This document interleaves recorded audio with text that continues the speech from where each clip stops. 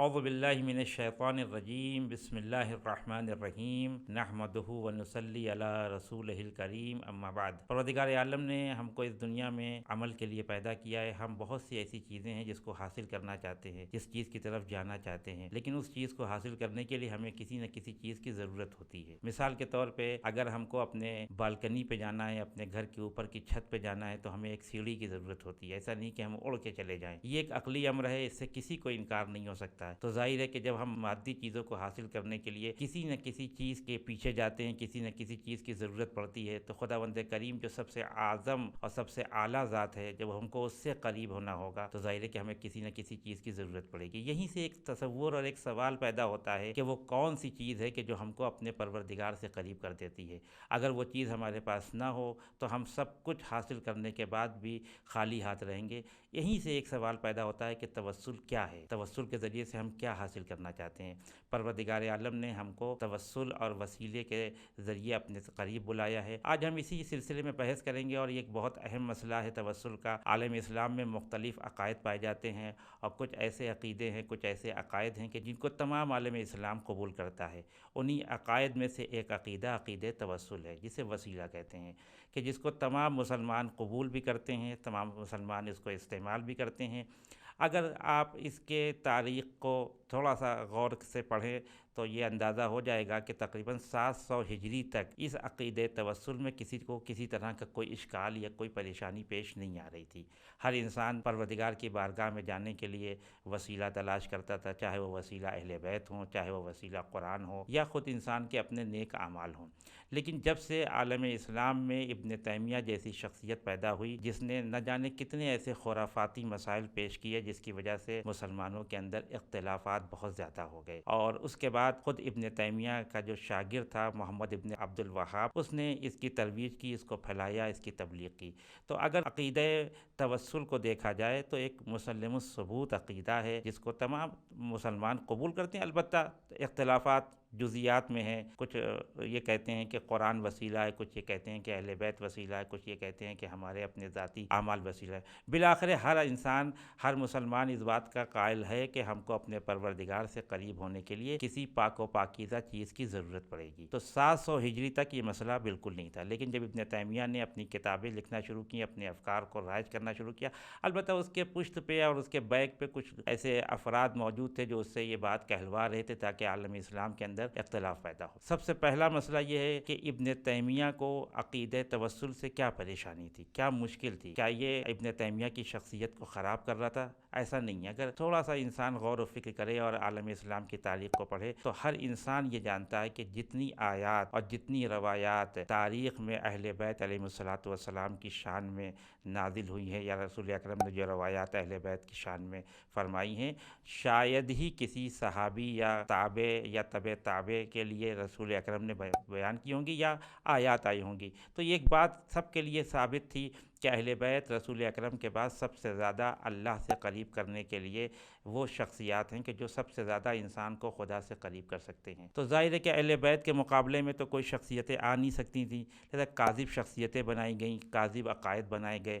انہی سلسلے کا ایک مرحلہ یہ ہے کہ عقیدہ توسل کو اتنا مشکوک بنا دو کہ لوگ اہل بیت کے دروازے پہ نہ جانے پائیں، عقیدہ توسل میں اتنے اشکالات پیدا کر دو کہ لوگ خود بخود منحرف ہو جائے۔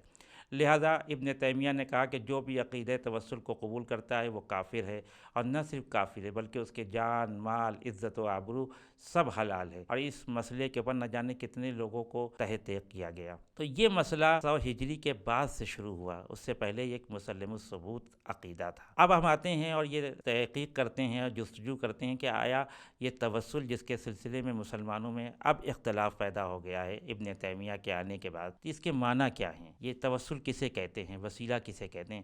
اس چیز کو سمجھنے کے لیے ہمیں لغت کی طرف مراجعہ کرنا ہوگا، چونکہ ہم عربی لغات سے اتنا واقف نہیں نہیں ہیں، عربی الفاظ سے اتنا واقف نہیں ہیں، لہذا ضروری ہے کہ ہم پہلے اس کا معنی کریں۔ دیکھیں، جب بھی عربی زبان میں کسی لفظ کے معنی کرنے ہوتے ہیں تو وہ معنی دو طرح سے کیے جاتے ہیں۔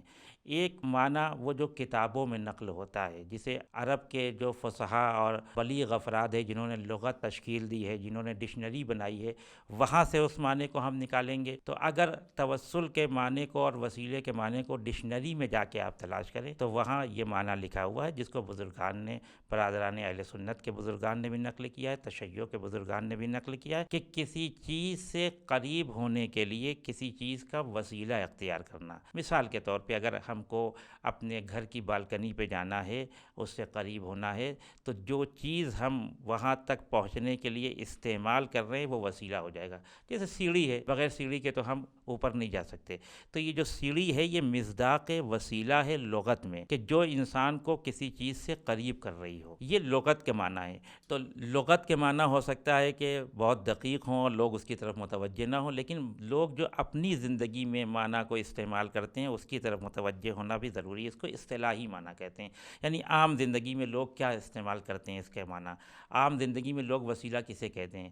اگر عام زندگی میں وسیلہ اور توسل کے معنی کیا جائیں تو یہ نقل کیا ہے بزرگان نے کہ دعا اور استغفار کے لیے پروردگار سے قریب ہونا اور اس کی قربت حاصل کرنے کے لیے انسان جب کسی چیز کا سہارا لیتا ہے تو اس سہارے کو توسل کہتے ہیں۔ اب یہ سہارا ممکن ہے کہ ذوات مقدس ہو، انسان ہو سکتا ہے کہ قرآن مجید ہو سکتا ہے کہ انسان کی خود اپنی عبادتیں ہوں جو مخلصانہ انداز میں وہ انجام دے رہا ہے، نماز روزہ ہو سکتا ہے کہ جو انسان کو خدا سے قریب کر دے، قرآن کی تلاوت انسان کو خدا سے قریب کر دے، اور اہل بیت علیہ الصلوۃ والسلام جو سب سے زیادہ پاک و پاکیزہ ہیں اس کائنات میں، وہ پروردگار سے انسان کو قریب کر دیں۔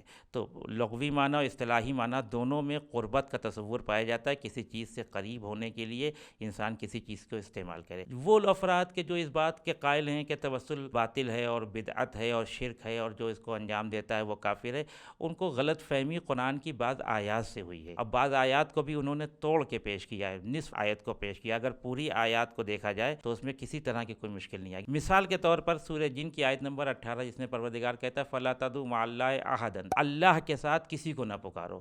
یہ آیت کی وجہ سے بعض لوگ یہ کہتے ہیں کہ دیکھیے اس آیت میں پروردگار کہہ رہا ہے کہ میرے ساتھ کسی کو نہ پکارو۔ اب اگر کسی اور کو پروردگار کے ساتھ پکارا جا رہا ہے یا کہا جا رہا ہے یا علی یا محمد یا فاطمہ تو گویا ہم نے شرک کیا ہے۔ لیکن اگر آیت کی ابتدا کو دیکھا جائے تو مسئلہ بالکل ہے۔ آیت کہاں سے شروع ہوتی ہے؟ ان المساجد للہ، مساجد سب کے سب اللہ کے لیے، یعنی مرحلے عبادت میں انسان جب اتر رہا ہے تو خدا کے علاوہ کسی اور کو شامل نہ کرے۔ یہ ہم بھی کہتے ہیں کہ خدا کے علاوہ کائنات میں کسی کی عبادت نہیں ہو سکتی۔ اگر کوئی انسان نماز پڑھ رہا ہے، خدا کو بھی شامل کر رہا ہے اور غیر خدا کو بھی شامل کر رہا ہے تو وہ شرک انجام دے رہا ہے۔ اس بات کو ہم بھی مانتے ہیں، لیکن پروردگار نے یہاں پر عبادت کے مرحلے میں کہا ہے کہ تم کسی کو خدا کے ساتھ مرحلے عبادت میں نہ پکارو۔ یہ اس طرح کی دوسری آیات ہے جس میں کفار کے سلسلے میں یہ بات کہی گئی ہے کہ وہ بتوں کو پکارتے تھے، اور جب ان سے کہا جاتا تھا کہ تم بتوں کو کیوں پکارتے ہو تو کہتے ہیں ہم اس سے اللہ سے قریب ہونا چاہتے ہیں۔ تو یہ قربت کا جو مفہوم وہاں پر بتوں کے ذریعے یا پتھروں کے ذریعے ہے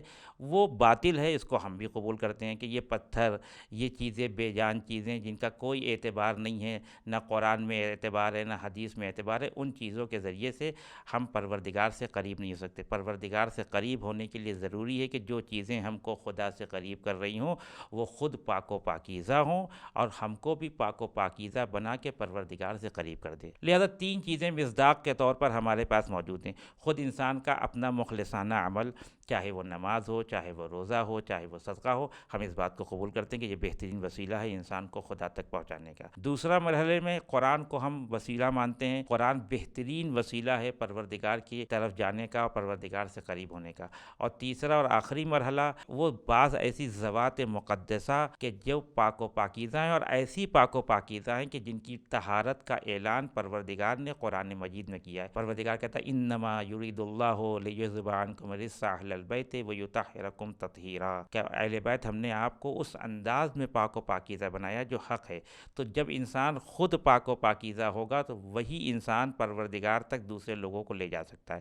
لہذا خلاصے کے طور پہ یہ بات کہی جا سکتی ہے کہ جن لوگوں نے عقیدہ توسل کو کفر اور شرک کے زمرے میں لا کے رکھا ہے، اور یہ کہا کہ جو توسل اختیار کرتا ہے وہ مشرک ہے، وہ ایک طرح سے مغالطے میں مبتلا ہو گئے ہیں اور قرآن کی آیت کو صحیح طریقے سے نہیں سمجھائیں۔ انشاءاللہ آئندہ ایپیسوڈ میں ہم آپ کے سامنے ان آیات کو پیش کریں گے جو آیات نہ فقط یہ کہ توسل کو جائز قرار دیتی ہیں، بلکہ آیت میں حکم دیا گیا کہ جب تم پروردگار کی طرف آنا چاہو تو اپنے وسیلے کو تلاش کر کے پروردگار کی بارگاہ میں آؤ، بغیر وسیلے کے تم پروردگار کی بارگاہ میں نہیں آ سکتے۔